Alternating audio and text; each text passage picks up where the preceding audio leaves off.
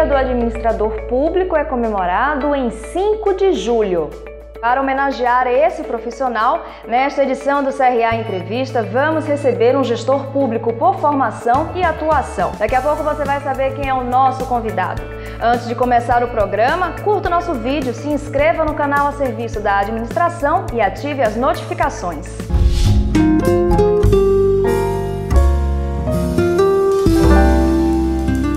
Desafios, carreira e o cenário da administração pública no Brasil. Para falar sobre esses e outros assuntos, o CRA Entrevista tem o prazer de receber o secretário municipal de Inovação e Tecnologia de São Paulo, Daniel Annemberg. Muito obrigada por participar do nosso programa, secretário. É um grande prazer, Maria Rita, estar aqui. Eu sou administrador, como você sabe, e me sinto muito em casa aqui no CRA. Bom, secretário, o senhor é formado também em Ciências Sociais pela USP e pela FGV em Administração Pública. Por que agregar essa formação no seu currículo? Olha, eu sempre achei, Maria Rita, que a administração dá muitas ferramentas para você trabalhar bem em várias áreas, independente de ser na área pública ou na área privada. Eu, desde cedo, abracei a causa pública e gosto muito da área pública e me formei administrador público pela GV, isso já final de 89, já faz bastante tempo. Mas foi uma faculdade muito boa, agregou bastante e eu acho que com isso você consegue ter muito mais ferramental para trabalhar muitos dos itens que precisa na administração pública.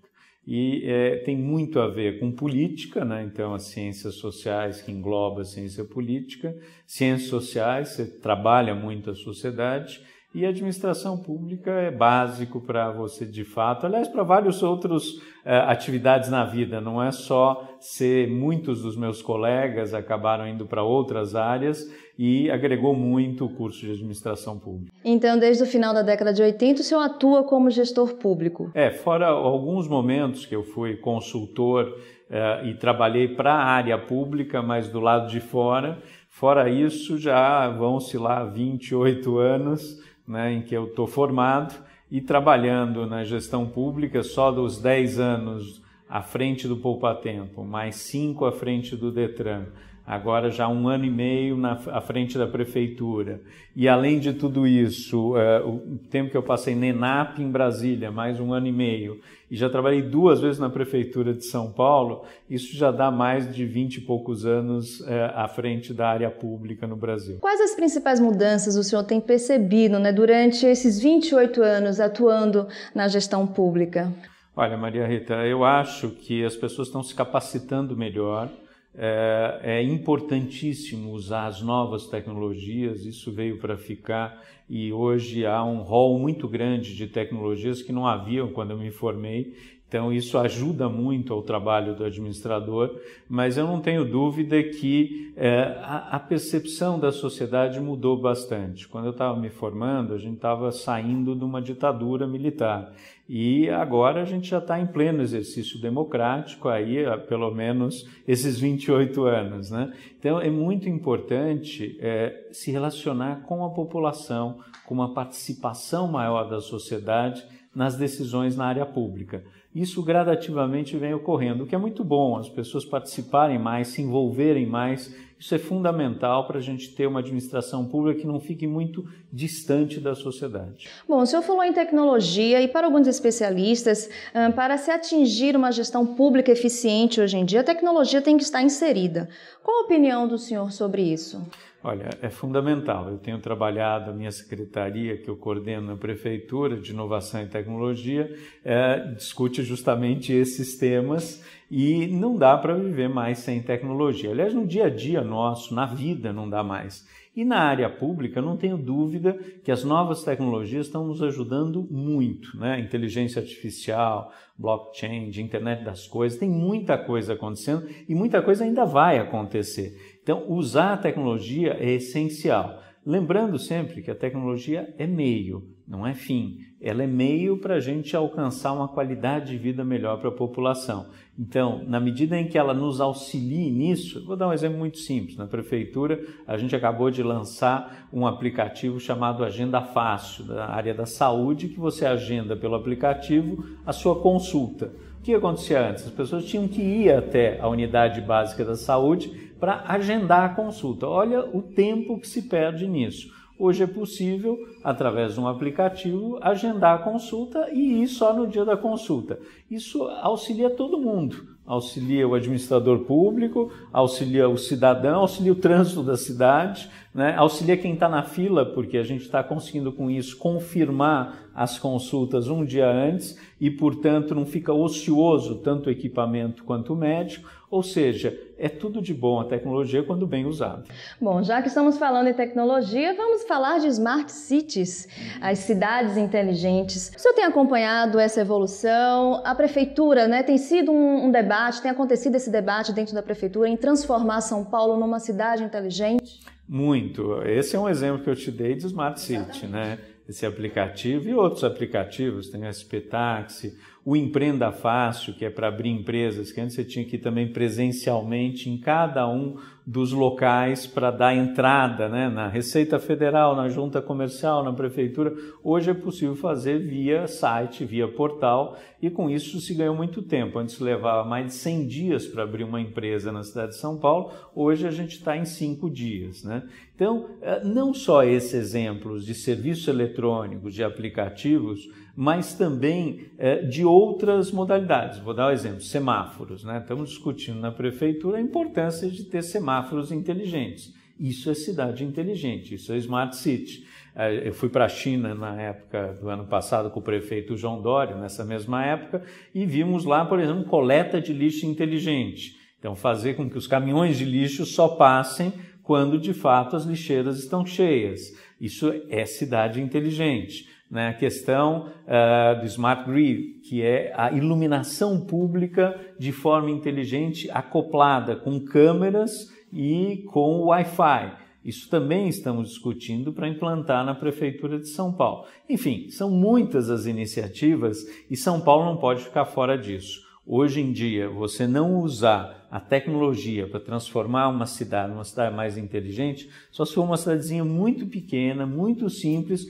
Todas as cidades com mais de 200 mil habitantes hoje são complexas, precisam do apoio da tecnologia e é fundamental que a gente trabalhe nesse sentido. É um desafio para o gestor público lidar com a tecnologia hoje em dia, inseri-la no seu dia a dia, nos seus planejamentos, nos programas desenvolvidos? É um desafio, porque se a gente não tomar cuidado, muitas vezes a gente também leva o que existe em papel para o meio eletrônico. E muitas vezes isso gera burocracia. Assim como você tem a burocracia física, presencial, se você não rever processos, não rever a legislação, não aculturar as pessoas que trabalham com isso, isso pode simplesmente sair do meio físico para o meio eletrônico. Isso não é uma Smart City, né? Diferente do que nós estamos trabalhando aqui em São Paulo. Aliás, nós estamos fazendo um trabalho muito importante de não entrar mais papel na prefeitura. Só para você ter uma ideia, são 340 mil novos processos por ano que entram na Prefeitura de São Paulo. São mais de 1.000 processos por dia. Nós estamos colocando todos esses processos em meios digitais. Isso não é uma Smart City, mas é o caminho para chegar lá. Então, isso economiza papel e isso dota cada um dos administradores públicos de informações que antes era muito difícil em papel eles saberem. Então, você sabe quanto tempo o processo fica na mesa de cada um. E com isso você tem indicadores e controle, o que é muito importante para administrar uma cidade complexa como São Paulo. Bom, daqui a pouco o secretário Daniel Nemberg dará algumas dicas sobre como você, profissional da área da gestão pública, pode se tornar mais assertivo, mais eficiente. Mas agora, secretário, eu gostaria que o senhor falasse um pouco sobre o cenário da administração pública no Brasil. O senhor acha que nesse quesito nós estamos indo de acordo com os outros países? Estamos avançando nesse quesito?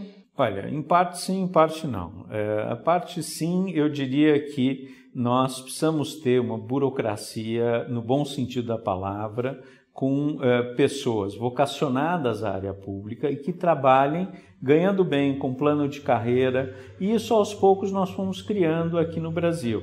Então nós pegamos, por exemplo, o Banco Central, uma carreira. Nós temos lá o Ministério das Relações Internacionais, tem outra carreira, e assim por diante, né? A Polícia Federal. Então, é muito importante nós termos carreiras na área pública e que sejam carreiras que as pessoas gostam do que fazem, ganham bem por isso. Eu defendo enfaticamente que o gestor público receba tão bem quanto o gestor privado, né? A gente não pode, de forma alguma, achar, não, ele trabalha na área pública, tem que ganhar menos. Pelo contrário, você ganha tão bem quanto. E isso, algumas carreiras estão se estruturando, estão ficando cada vez mais fortes no Brasil.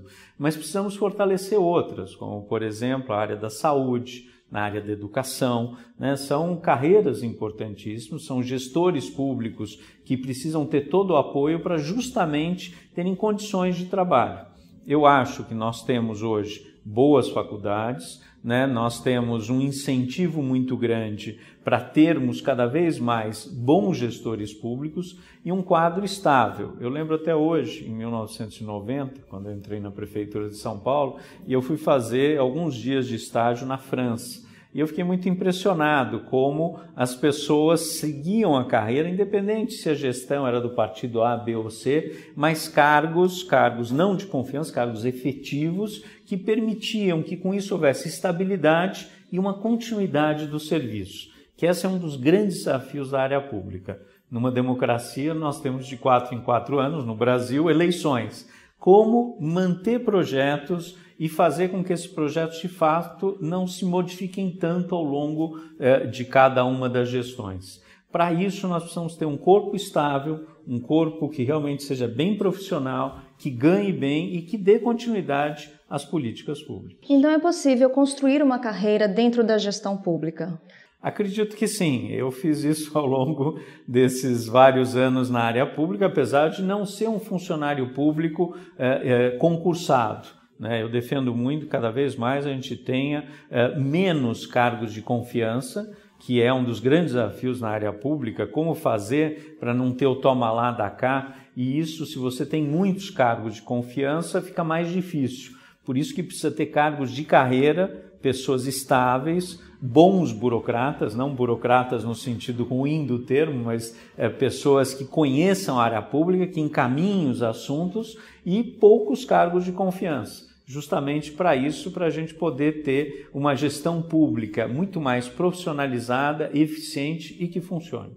Qual o grande desafio de ser secretário de uma das maiores capitais do mundo, na pasta de inovação e tecnologia, em um mundo exponencial? Acho que o grande desafio é ficar inovando constantemente. Acho que esse é um desafio tremendo.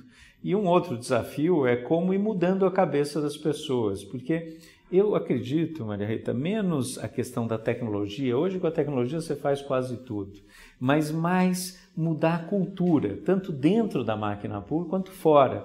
As pessoas têm muita dificuldade, eu estava citando o exemplo, por exemplo, dos processos digitais. Agora, estava discutindo uns momentos antes com algumas pessoas da máquina pública como é difícil as pessoas se habituarem a um novo modelo. Estão acostumadas com o papel, com a caneta, de repente ser tudo eletrônico, isso muda a cabeça das pessoas. Muda a cabeça muitas vezes também de quem está fora da máquina pública.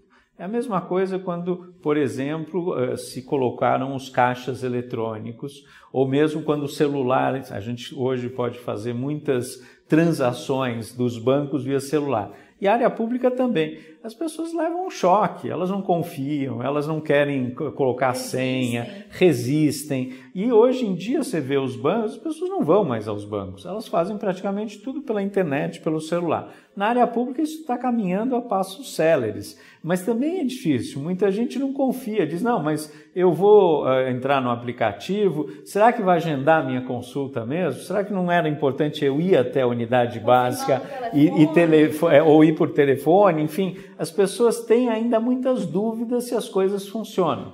Eu garanto que funcionam. A gente está conseguindo fazer isso acontecer, não só na Prefeitura de São Paulo, mas na administração pública brasileira. Ainda há muito para ser feito, mas eu acho que estamos no caminho correto. O que um profissional da administração pública deve fazer? Quais cursos após a faculdade ele deve fazer também para se tornar um profissional mais assertivo, mais eficiente? Eu acredito que é importante usar todas as tecnologias existentes e principalmente ir para a área que se mais gosta, né? Acho muito ruim em qualquer carreira a gente simplesmente fazer por fazer. Então, se a pessoa gosta mais de finanças, conheça mais finanças, gosta mais de pessoal, lide mais com isso. Mas eu ainda acredito muito, Maria Rita, na seguinte questão. A gente vai precisar cada vez mais de pessoas que entendam um pouco de tudo e não tantos especialistas, né? Acho que isso é muito importante. Por isso, eu, quando fiz os meus estágios, eu fiz em muitas áreas e em assuntos diferentes e testei muita coisa. Eu sempre falo para quem quer trabalhar, principalmente na área de administração, que é uma área que envolve possíveis alternativas, são muitas, né? De testar, de ir lá fazer o curso, terminar, fazer um estágio, avaliar, ver outra área que muitas vezes não tem nada a ver com aquela, justamente porque quanto mais você testa, trabalha em cima disso, mais você tem uma avaliação se é aquilo que você gosta ou não. Então, isso eu acredito muito. Eu acho que quando a gente está na faculdade, vale a pena, de fato, fazer estágio em áreas diferentes. Experimentar o máximo possível. Bom, secretário, na opinião do senhor, é importante um gestor público ter uma capacitação na administração pública, fazer um curso de especialização, fazer uma graduação? O senhor acha necessário isso? Acho importante. A área pública é muito diferente da área privada. Aliás, isso é uma coisa importante. As pessoas acham, não, dá para usar muitos conceitos. Dá para usar alguns conceitos, mas são áreas bem distintas. Na área pública, a gente tem questões jurídicas que são extremamente complexas e que a gente precisa entender um pouco melhor para ver o que é possível de ser feito. Aliás, inovar na área pública é mais complexo do que inovar na área privada, porque a gente tem todo um controle, Tribunal de Contas, Ministério Público, auditoria, fazenda, etc., que muitas vezes você não tem na área privada, né? E o juridiquês, vamos dizer assim, ele complexifica bastante a questão. Mas eu acho que dá para aplicar alguns conceitos da área privada na área pública e vice-versa. Não é tudo na área privada que funciona tão bem e não é tudo na área pública que não funciona. Então, isso varia muito e eu acho assim, dá para usar alguns conceitos, mas tem as suas especificidades e é preciso entendê-las para trabalhar bem na área pública. Bom, estamos chegando ao final do nosso programa. Antes de terminar esse bate-papo com o secretário Daniel Nemberg, eu gostaria que o senhor falasse, se for possível, eu sei que vai ser uma resposta um pouco complicada de se dar, mas o que seria uma administração pública eficiente, principalmente hoje em dia no Brasil? Olha, eu acredito muito, Maria Rita, e eu trabalho principalmente nessa área, no atendimento ao cidadão. Eu gosto muito de, por um lado, resolver problemas e, por outro, o que resolve a vida do cidadão? Como é que você simplifica a vida dele? Então, isso, por exemplo, estava dando o exemplo de um aplicativo que ele não precisa se deslocar até um posto de saúde. Ou ele ia ao poupa-tempo e resolver num único local vários dos seus possíveis problemas com a área pública. Ou quando eu fui presidente do Detran, e fui por 5 anos, que a gente mandava um SMS para o cidadão lembrando que tinha que renovar a carteira de motorista 30 dias antes de vencer.